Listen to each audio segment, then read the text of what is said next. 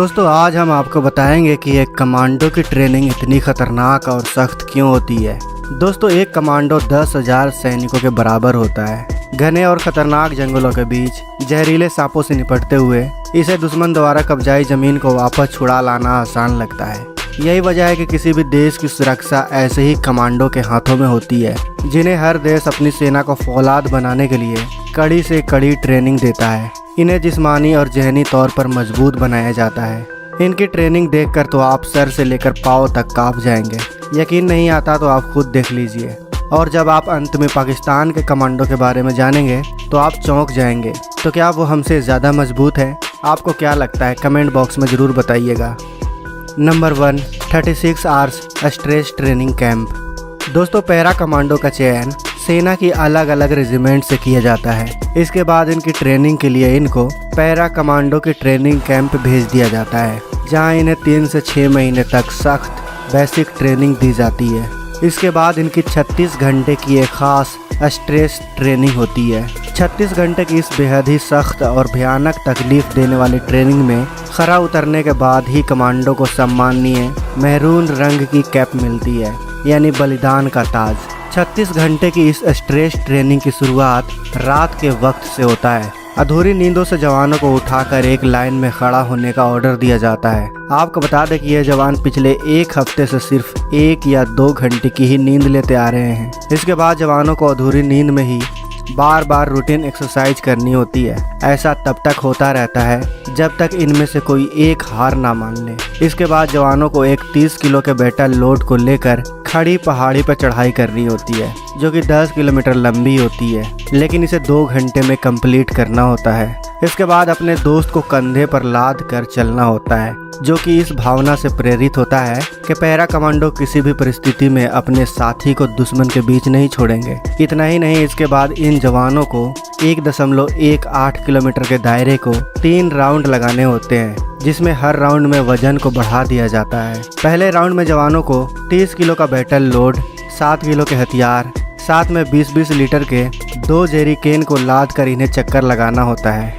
वहीं दूसरे राउंड में इन्हें 60 से 85 किलो के ट्रक के टायर को उठाकर चक्कर लगाना होता है। और तीसरे राउंड में 30 से 80 किलो के लकड़ी के टुकड़े को उठाकर 1.81 किलोमीटर के रास्ते को तय करना होता है, वो भी सिर्फ 1 घंटे में। इस चरण को वेट शिफ्टिंग कहते हैं। इसके बाद नंबर आता है पानी के 12 फुट गहरे उस टैंक का, जिसमें इन जवानों को हाथ पैर बांधकर फेंक दिया जाता है, जिसका पानी बर्फ से भी ज़्यादा ठंडा होता है। इसमें सबसे खतरनाक बात यह है कि ट्रेनिंग देने वाला ट्रेनर जवानों को बार बार पानी में डुबाता है। इस दौरान वह जवानों को सिर्फ उतनी ही सांस लेने देता है जितनी वह जिंदा रह सके। यह ट्रेनिंग इसलिए भी दी जाती है ताकि मिशन के दौरान एक कमांडो ज़्यादा से ज़्यादा स्ट्रेस झेल सके। आखिर कमांडो बनना कोई बच्चों का खेल थोड़ी होता है। अगर कोई इस ट्रेनिंग परीक्षा में फेल हो जाता है तो उसका यह मैरून कलर का कैप पहनने का सपना टूट जाता है। 36 में से 14 घंटे बीत जाने के बाद इन्हें गटर के पानी जैसा पानी पीने को दिया जाता है, जो दरअसल जूस होता है, जिसमें डिहाइड्रेटेड सॉल्यूशन मिला होता है। इस प्रक्रिया से गुजरने के बाद इन जवानों की बौद्धिक क्षमताओं को परखा जाता है, और यह सब बहुत दबाव भरे माहौल में होता है। इस दौरान इन्हें लिखित में ट्रेनिंग के दौरान मिले हर छोटे बड़े अनुभव को लिखना होता है। इसके बाद जवानों का मेडिकल टेस्ट किया जाता है, जिसमें सफल होने के बाद इन्हें 10 किलोमीटर पैदल चलना होता है। ये मार्च पूरा करने के बाद 20 घंटे से भूखे इन जवानों को रूखा सूखा खाने को दिया जाता है। खाना खाने के बाद इनको नींद आने लगती है, क्योंकि आपको याद दिला दे कि ये जवान पिछले 1 हफ्ते से ठीक से सोए नहीं होते हैं। ऊपर से पिछले 36 घंटों से ट्रेनिंग के कारण यह थक कर चूर हो चुके होते हैं, जिस कारण इनको नींद आने लगती है। और अगर कोई जवान इस बीच सो जाता है तो उसकी मैरून कैप पहनने की उम्मीद टूट जाती है। दोस्तों इसके बाद जवानों को 5 घंटे के लिए जंगल में छोड़ दिया जाता है, जहां इनके लड़ने की क्षमता का अंदाज़ा लगाया जाता है। इसमें सफलता पाने के बाद इन्हें कीचड़ में उतारा जाता है, जहां इन्हें कीचड़ में लथपथ रहते हुए हथियारों के साथ दौड़ना होता है, जो कि इनकी 36 घंटे की ट्रेनिंग का अंतिम हिस्सा होता है। इसके बाद इनके सर पे मैरून कलर के टोपी का ताज सजा दिया जाता है। Number 2, Vietnam special force.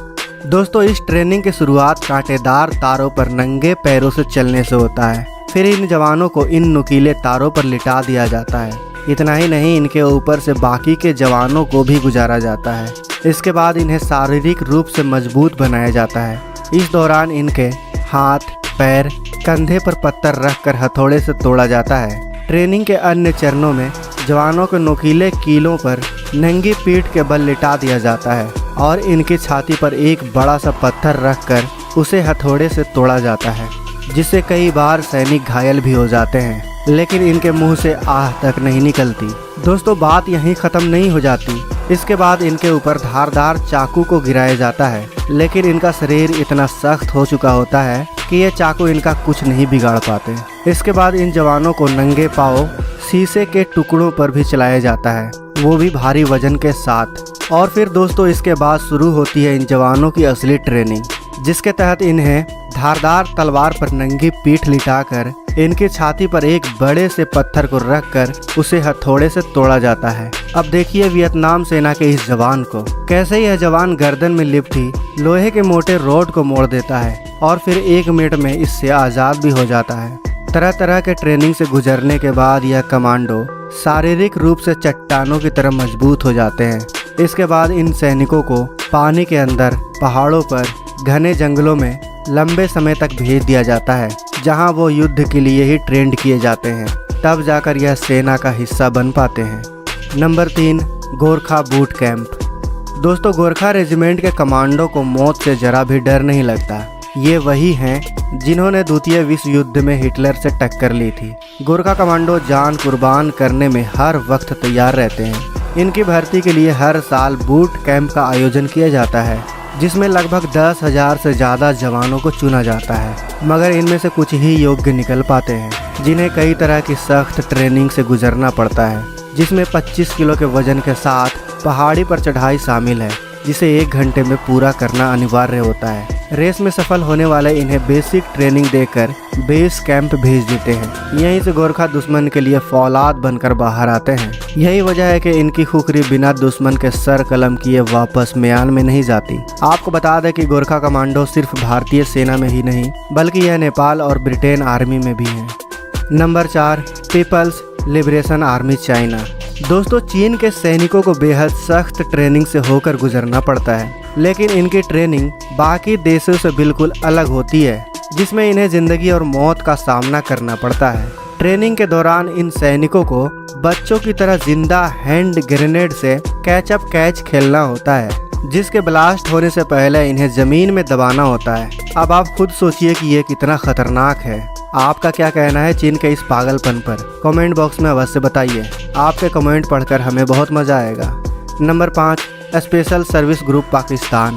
दोस्तों, जंग के मैदान में हर बार भारत के हाथों शिकस्त पाने वाला पाकिस्तान भी अपने सैनिकों को सख्त ट्रेनिंग देता है। पाकिस्तान की स्पेशल सर्विस SSG अपने जवानों को ट्रेनिंग के दौरान हर वो ट्रेनिंग देता है जिससे वो सैनिक को फौलाद बना सके। ट्रेनिंग के शुरुआत में जवानों को 12 घंटे में 36 मील की दूरी तय करनी होती है और 50 मिनट में 20 मील की दूरी को दौड़कर पूरा करना होता है। इसके बाद इन्हें कई तरह के हथियार चलाना सिखाया जाता है। जब ये इसमें ट्रेंड हो जाते हैं, तब इन्हें पहाड़, नदी और जंगलों में भेज दिया जाता है, जहां ये अपने युद्ध कौशल को और मजबूत बनाते हैं। इसके अलावा इन्हें भूखा भी रखा जाता है, ताकि यह भूखे पेट भी दुश्मन से लोहा ले सके। दोस्तों, आपको इन सभी कमांडो की ट्रेनिंग में से सबसे खतरनाक ट्रेनिंग किसकी लगी? हमें कमेंट बॉक्स में अवश्य बताएं। साथ ही हमारे देश के इन जाबाज कमांडो के लिए वीडियो को लाइक और शेयर जरूर करें। मिलते हैं अगले वीडियो में।